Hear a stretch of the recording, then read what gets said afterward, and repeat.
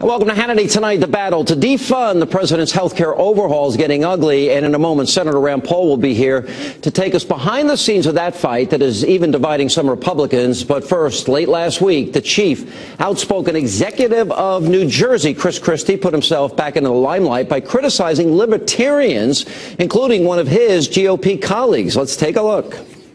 This strain of libertarianism that's going through both parties right now and making big headlines, I think is a very dangerous thought.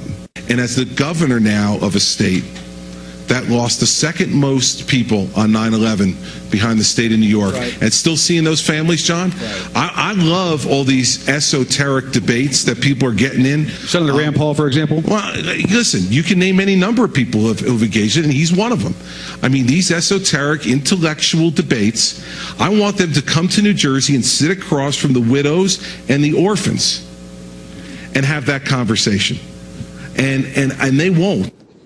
And joining me now with his response to this and much more, the man himself, Kentucky Senator Rand Paul. Senator, welcome back. Good to see you.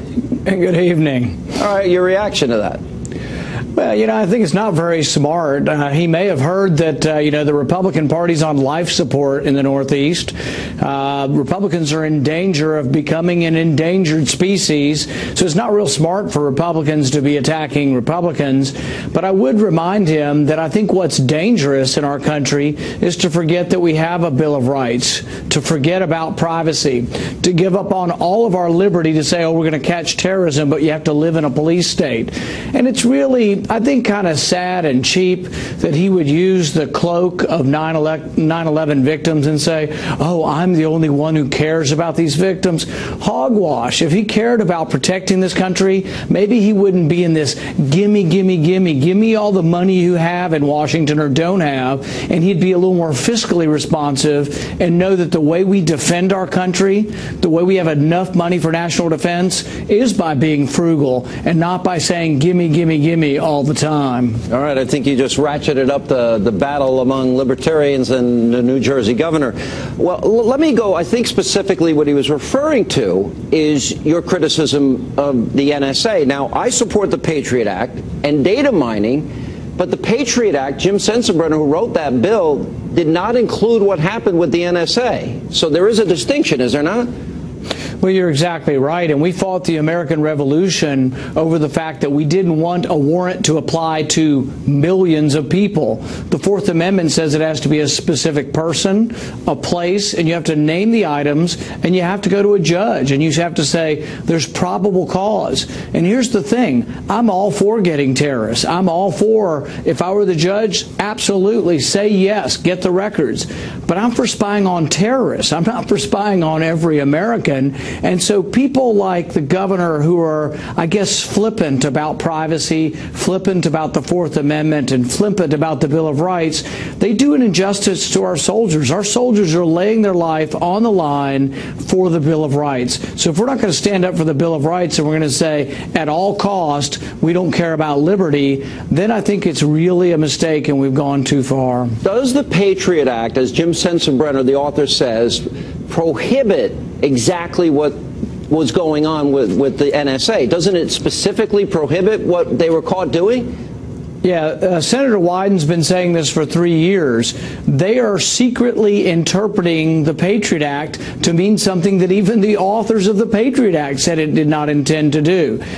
The Patriot Act does allow them to look at some records, but it's still supposed to be individualized. It's not supposed to be millions of Americans with one warrant. That is not what the Fourth Amendment intended. It's also not even what the Patriot Act intended. All right, let's go to the issue. You, Ted Cruz, Mike Lee, Marco Rubio, I think have come up with a great idea. Instead of symbolic votes repealing Obamacare, you are suggesting, explain. Everywhere I go, people say, defund Obamacare. And so that's where I am. Let's don't spend money on something that's going to be a failure, that's going to bankrupt state governments, that's going to cause people's insurance premiums to rise, and really, I think, could destroy one of the great valuable things we have in our country, which is modern health care in our country that's been better than any place in the world. I'm afraid of destroying that. Even the president now says he's not going to institute half of it, the employer mandate. Let's delay all of it until these people figure out what they're doing. Okay, but the point is, why are some, I guess, establishment guys saying, oh, this is terrible, you can't win this debate, not a good idea politically? What is your response to that? It's sort of like announcing preemptive surrender. We don't have control of the government. We don't control the Senate and the presidency, but we do control the House. We should utilize the leverage of the House to pass things we think are good, and we should stay the course until the Democrats and the president compromise. We won't get everything we want, but if we announce from the beginning, oh, we're afraid of our shadow and we're never going to, push Democrats to try to come to the table, then I think in essence we announce our surrender. So by all of these Republicans coming out and criticizing Mike Lee and others, they've sort of announced surrender, so they've defeated the strategy of using the leverage to try to get rid of some of the funding for some of the most egregious parts of Obamacare. Okay, let's say you fund the rest of the government, and the House funds the rest of the government, except for Obamacare. And then the president, Nancy Pelosi, Harry Reid, shut the government down. But every other part of the government you fund. What should the reaction, how should politically, how should the Republicans position that, considering they're going to be blamed? Well, the thing is the Republicans have already announced there's going to be a shutdown of government.